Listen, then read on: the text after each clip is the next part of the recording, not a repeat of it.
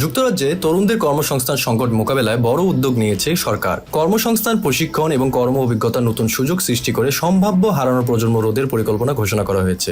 British সরকার জানিয়েছে তারা প্রায় 3 লাখ নতুন প্লেসমেন্ট বা কর্ম অভিজ্ঞতা ও প্রশিক্ষণ কর্মসূচির ব্যবস্থা করবে। এর মধ্যে থাকবে চাকরি প্রত্যাশীদের জন্য স্বল্প মেয়াদী সরকারি অর্থায়নে পরিচালিত প্রশিক্ষণ এবং বাস্তব কর্মপরিবেশে কাজ শেখার সুযোগ।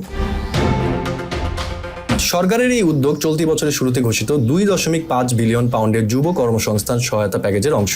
ওই তহবিলের মাধ্যমে প্রায় 2 লাখ নতুন চাকরি তৈরির লক্ষ্য নির্ধারণ করা হয়েছিল। নতুন কর্মসূচিতে নির্মাণ, স্বাস্থ্যসেবা, সামাজিক সেবা এবং হসপিটালিটি খাতকে বিশেষ গুরুত্ব দেওয়া হবে, কারণ এসব খাতে দক্ষ জনবলের চাহিদা তুলনামূলকভাবে বেশি।